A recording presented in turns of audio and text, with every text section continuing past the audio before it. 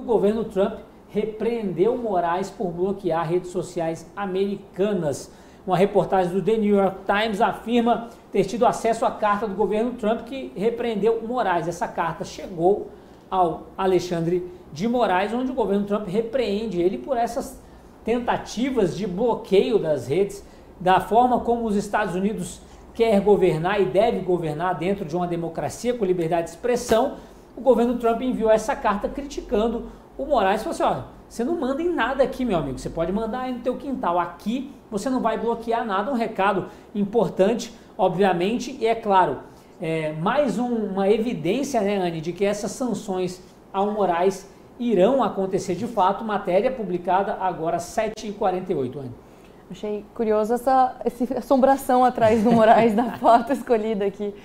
Mas então vamos lembrar um pouquinho da história do Rumble, né, que é a plataforma que o Moraes mandou bloquear e por isso que agora o governo está se manifestando dessa maneira. O Rumble é uma plataforma que ela nasceu no Canadá, então teve sede no Canadá e também agora nos Estados Unidos, e ela é uma plataforma assim, é um pouco mais ideológica. Então, quando eu baixei o Rumble quando eu estava nos Estados Unidos, porque já estava bloqueado aqui no Brasil, então aproveitei para baixar lá e entender que plataforma era essa. E tem muita propaganda política, tem muito debate político com viés republicano.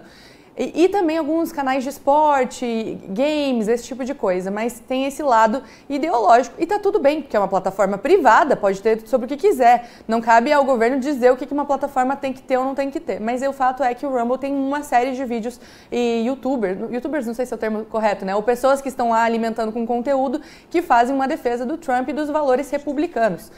E aí, a gente tem o Alan dos Santos, brasileiro, jornalista, que sofreu várias perseguições políticas e foi morar nos Estados Unidos, porque não tem direito a nenhuma rede social no Brasil. E lá ele baixou o Rumble. E aí, nos Estados Unidos, o Moraes mandou uma ordem para o Rumble para bloquear as contas do Alan dos Santos, que respondeu o Chris Pavlovski, o CEO da Rumble, falando não tem cabimento algum, eu não vou bloquear a conta de um usuário só porque você, juiz do Brasil, está pedindo, eu não estou nem no Brasil. E aí o Moraes volta naquela argumentação que a gente já ouviu várias vezes, dizendo que você não tem escritório oficial no Brasil, o Twitter também não tinha, o Telegram também em 2022 não tinha. Então ele usa essa argumentação para dizer, se você não enviar um representante oficial para o Brasil, eu vou bloquear o Rumble no Brasil. E ele fala, mas eu não vou ter um escritório oficial no Brasil, eu estou falando de uma plataforma nos Estados Unidos, o usuário reside nos Estados Unidos e eu não vou enviar nenhum representante oficial no Brasil e vou defender a liberdade de expressão. Vale lembrar que o Chris Pavlovski, o CEO do Rumble, ele também entrou nesse conflito defendendo a liberdade de expressão no Twitter, assim como o Musk fez. E aí, então, foi que em fevereiro desse ano veio a canetada do Moraes bloqueando mais uma plataforma no Brasil, uma plataforma inteira no Brasil. Essa não foi tão falada porque ela não é tão popular assim quanto o Twitter ou até o Telegram, é uma plataforma com menos usuários. Então as pessoas não acharam tão grave, mas é tão grave quanto o Twitter, porque ele está dizendo que uma plataforma não pode desistir, ele está impedindo a troca de informações por determinada plataforma, ele não tem o direito de fazer isso, seja qual plataforma for. Então ele fez isso mais uma vez por conta do Alan dos Santos, que reside nos Estados Unidos. E agora vem essa notificação para o Moraes falando isso. A gente não admite que você atrapalha a liberdade de expressão aqui nos Estados Unidos, que é o que ele está fazendo. Ele está dando ordens para uma plataforma que tem sede nos Estados Unidos por conta de um usuário, que é o Alan dos Santos, brasileiro, mas que não mora mais no Brasil. É uma bizarrice sem tamanho que só escancara o verdadeiro caráter do Moraes, que é esse caráter de ditadores. Ele tem esse resquício de querer controlar a narrativa há muito tempo. Controlar a narrativa, perseguir opositores, colocar gente na cadeia, tudo que ditadores faz, o que é muito triste. É lamentável a gente ver o Brasil, que é um povo tão livre, um país que respeita tanto as liberdades enquanto cidadãos, né? Nós cidadãos somos livres por essência, a gente vê esse tipo de coisa na New York Times sobre o nosso país. É como a gente vê matérias da Coreia do Norte, matérias da Nicarágua. É triste saber que agora a gente está nessa situação, a gente é alvo de discussão internacional sobre liberdade de expressão, sobre ditadura judicial. Isso é triste, é surreal. Mas, enfim, a parte boa é que os Estados Unidos estão fazendo alguma coisa, as pessoas estão ouvindo o que está acontecendo no Brasil, que é extremamente grave. A gente tem que falar mais sobre, porque o Moraes, ele sim tem resquícios ditatoriais e vai fazer o possível para silenciar toda a oposição.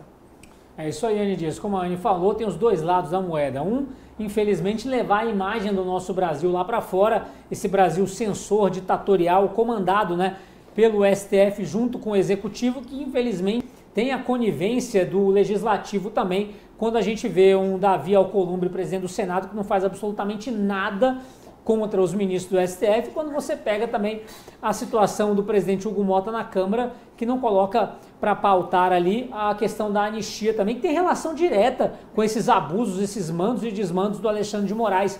Jorge Serrão, levo para você, acho que é mais um recado do governo Trump, de que, de fato, essas sanções vão acontecer, de que aquele meme do Alexandre de Moraes com a orelha do Mickey vai continuar sendo famoso aí nas redes sociais, Serrão. Pois é, eu não consigo achar graça nenhuma desse negócio, eu fico absolutamente triste, porque o Supremo Tribunal Federal tinha que ser a nossa máxima referência de segurança jurídica. Jamais esse tribunal poderia estar recebendo as críticas que ele está recebendo. Agora, vamos fazer uma autocrítica? Inclusive ministros do Supremo, por que estão recebendo tanta crítica? Que os bolsonaristas são maldosos, são canalhas, né? Querem implantar uma ditadura no Brasil, é por isso? Tem problemas sérios aí na condução, na atuação de ministros do Supremo Tribunal Federal. Então, a gente tinha que ter uma autocrítica do sistema de poder no Brasil. Ele não está fazendo isso. Eles estão tocando o barco, fazendo o Titanic afundar da pior maneira possível, de maneira assustadora, com a Constituição brasileira sendo rasgada, sendo corrompida a todo momento. Então, a gente tem a obrigação de criticar, sim. A gente quer um Supremo Tribunal Federal respeitado, consistente, garantidor total da nossa Constituição. Por pior que essa Constituição seja, tá? Eu sou um crítico absoluto do texto dessa Constituição. Ela é bastante ruim, muito prolixa, tinha que ser enxugada, tinha que ser reescrita, mudada. Mas é o que temos. Se é o que temos, tem que ser respeitado. E não toda hora reinterpretada, joga para cá, joga para lá, Supremo decide sobre qualquer assunto. E o próprio ministro Luiz Roberto Barroso, presidente do Supremo, acabou admitindo que o Supremo é obrigado a intervir em todos os assuntos porque a Constituição é muito complicada. E é mesmo, muito longa, prolixa. Então, a gente tinha que estar tratando de ajeitar essa Constituição. A Argentina fez isso. Por isso que Milei está conseguindo governar, que eles fizeram um acerto da Constituição lá atrás e melhoraram a deles. A nossa. Ulisses Guimarães queria fazer isso.